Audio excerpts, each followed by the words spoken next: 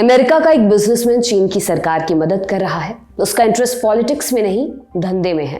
धंधे की खोज उसे लाती है भारत, जहां वो मिलता है एक भारतीय व्यापारी से। बातचीत होती है जिसके नतीजे में होती है एक फैक्ट्री की शुरुआत, एक कंपनी की, भारत की पहली विमान बनाने वाली कंपनी, जो इसलिए बनाई गई थी ताकि अंग्रेजों को युद्ध में मदद दे सके। बाद में कंपनी भारत के काम आई। नाम आप अब तक पहचान ही गए होंगे, हिंदुस्तान एरोनॉटिक्स लिमिटेड यानी कि HAL। कैसे बनी यह कंपनी? CIA के एक जासूस की HAL को बनाने में क्या भूमिका थी, जानेंगे आज के एपिसोड में। नमस्कार, मेरा नाम दिव्यांशी सुमराव है। आप देख रहे हैं ऐतिहासिक किस्सों कहानी से जुड़ा हमारा रोजाना का कार्यक्रम तारीख, जिसमें आज हम आपको सुनाएंगे कहानी हिंदुस्तान एरोनॉटिक्स लिमिटेड यानी HAL की।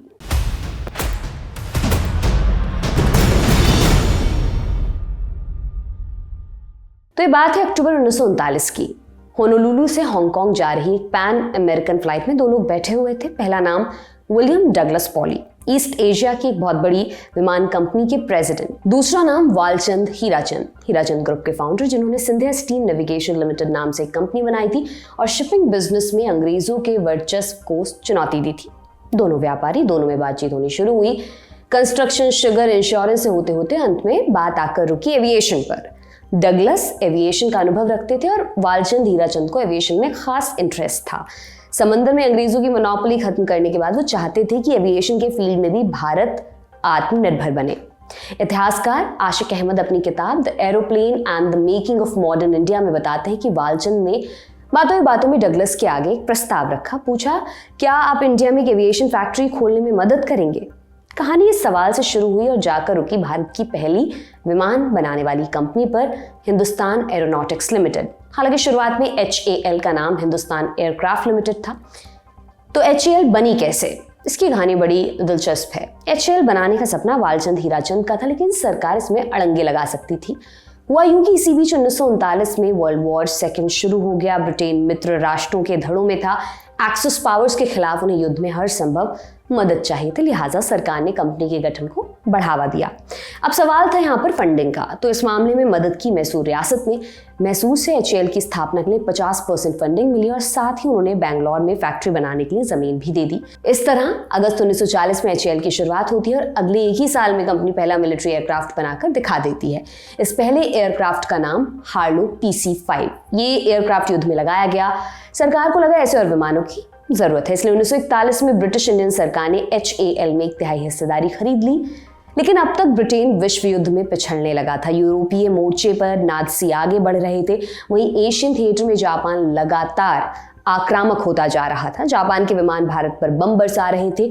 कलकत्ता में हुई बमबारी में हावड़ा ब्रिज बाल बाल बचा था। लिहाजा मिलिट्री विमानों की खास जरूरत को देखते हुए 1942 में सरकार ने HAL का राष्ट्रीयकरण कर दिया। यहाँ से इस कहानी में एक बार और एंट्री होती है विलियम डगलस पॉली की। पॉली दरअसल एक अमेरिकी थी और उन्हें HAL की जिम्मेदारी देने के पीछे खास वजह थी। ये वजह क्या थी, इसके लिए जरा पॉली की कहानी को भी हम जान लेते हैं। अमेरिका के साउथ कैरोलिना राज्य में पैदा हुए विलियम डगलस पॉली एक अमीर परिवार से आते थे। प्राइवेट स्कूल में पढ़ाई, फिर मिलिट्री एकेडमी में दाखिला, सब कुछ उन्होंने किया। लेकिन पॉली का असली मन था बिजनेस में। कुछ छोटे मोटे धंधों के बाद वो पहुंचे चीन में उनकी मुलाकात हुई चियांग काई शेक से, चीन के कुओमिंतांग सरकार के नेता, जो आगे जाकर माओ से भिड़े और फिर ताइवान में अपनी सरकार बना ली। चियांग काई शेक तब चीन की मिलिट्री के जनरल हुआ करते थे। पॉली ने उनके एक बैंकर रिश्तेदार के साथ मिलकर चीन में धंधे की शुरुआत की। पॉली को सिर्फ धंधा करना था, लेकिन इसी बीच 1937 में जापान की फौज ने चीन पर हमला शुरू कर दिया। चीन में एक विमान कंपनी थी, सेंट्रल एयरक्राफ्ट मैन्युफैक्चरिंग कंपनी या Campco, CAMCO। Chiang Kai Shek ने पॉली से कैम्को के लिए मदद मांगी। पॉली इससे पहले एविएशन मैन्युफैक्चरिंग में काम कर चुके थे, लिहाजा उन्होंने कैम्को के साथ काम करना शुरू कर दिया। 1942 तक कैम्को के साथ काम करने के बाद डगलस पॉली भारत आ गए और उन्हें HAL की कमान दे दी गई। पॉली को HAL की कमान देने के पीछे खास कारण था। दरअसल पर्ल हार्बर पर हमले के चलते अमेरिका की विश्व युद्ध में एंट्री हुई। अमेरिका ने जापान के जहाज़ों से मुकाबला करने के लिए एक स्पेशल गुरिल्ला फोर्स बनाई जिसका नाम था फ्लाइंग टाइगर्स। इस दस्ते में 100 के आसपास पायलट थे जिन्हें हिमालय के ऊपर उड़ान भरनी होती थी।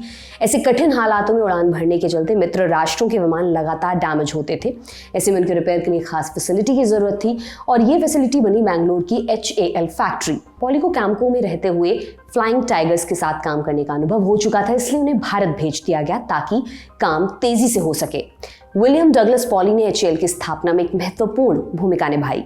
एचएएल के अलावा वो भारत में केमिकल फैक्ट्री भी बनाना चाहते थे। इसके लिए उन्होंने त्रावणकोर सरकार से बात भी की, लेकिन इसी बीच सेकेंड वर्ल्ड वॉर खत्म हो गया। अमेरिकियों का भारत में बढ़ता दखल देख ब्रिटिश सरकार ने पॉली को वापस भेज दिया। डगलस की कहानी लेकिन यहीं पर खत्म नहीं होती है। आगे चलकर उन्हें अमेरिका का राजदूत बनाया गया, उन्हें पेरू और ब्राजील भेजा गया। इस पद पर रहते हुए हालांकि डगलस पॉली सीआईए के लिए भी काम करते रहे। कैरेबियन देश डोमिनिकन रिपब्लिक में तानाशाह राफेल ट्रूहेलो की सरकार बचाने में पॉली का रोल रहा। वहीं ग्वाटेमाला में हुए तख्तापलट में भी उनकी मुख्य भूमिका थी। पॉली सोवियत रूस के सख्त खिलाफ थे। उनके बयानों से पता चलता है कि वो भारत में भी सोवियत रूस के असर को कम करने की कोशिश कर रहे थे। बहरहाल पॉली का चैप्टर एंड करते हुए जानते हैं कि एचएएल का क्या हुआ। 1945 तक एचएएल का प्रशासन अमेरिकियों के हाथ में रहा। इसके बाद ब्रिटिश सरकार ने इसे वापस ले लिया। आज़ादी के बाद एचएएल एक सरकारी कंपनी बन गई और 1964 में इसका नाम बदलकर हिंदुस्तान एरोनॉटिक्स लिमिटेड कर दिया गया। एचएएल ने देश का पहला फाइटर बॉम्बर एयरक्राफ्ट HF-24 मारुत बनाया, जो सिर्फ भारत का ही नहीं बल्कि एशिया का पहला जेट फाइटर था। आगे चलकर एचएएल को सोवियत मेड MiG-21 बनाने का लाइसेंस मिला। नासिक, कोरापुट और हैदराबाद में एचएएल की नई ब्रांचें खुली। आधुनिक दौर की बात करें तो एचएएल आज भी सैन्य हेलीकॉप्टरों और विमानों का निर्माण कर रहा है। मसलन तेजस के नाम से आप वाकिफ होंगे। इनके अलावा एचएएल को एयरबस, बोइंग और हनीवेल के स्पेयर पार्ट्स बनाने के कॉन्ट्रैक्ट्स मिलते रहते हैं। हालांकि कई मामलों में प्रोडक्शन में देरी के चलते एचएएल पर सवाल भी उठे हैं। इसके बावजूद एचएएल ने समय समय पर भारत की सैन्य जरूरतों को पूरा करने में मदद की है। ग्लोबलाइजेशन के दौर में फर्क नहीं पड़ता कि चीज कहाँ बनी है। फोन चाहे चीन में बने, जापान में, फोन सबसे बढ़िया होना चाहिए। ये आधुनिक अर्थव्यवस्था का मूल मंत्र है। इसके बावजूद इंसानी फितरत है कि घर में बनी चीज के साथ एक भावनात्मक रिश्ता बन ही जाता है। यही रिश्ता हमारा एचएएल के साथ है। आज की तारीख के एपिसोड में दोस्तों इतना ही। ये तमाम जानकारी आपके लिए लेकर आए थे हमारे साथी कमल भट्ट। देखते रहिए दी लंदन टॉप। बहुत बहुत शुक्रिया।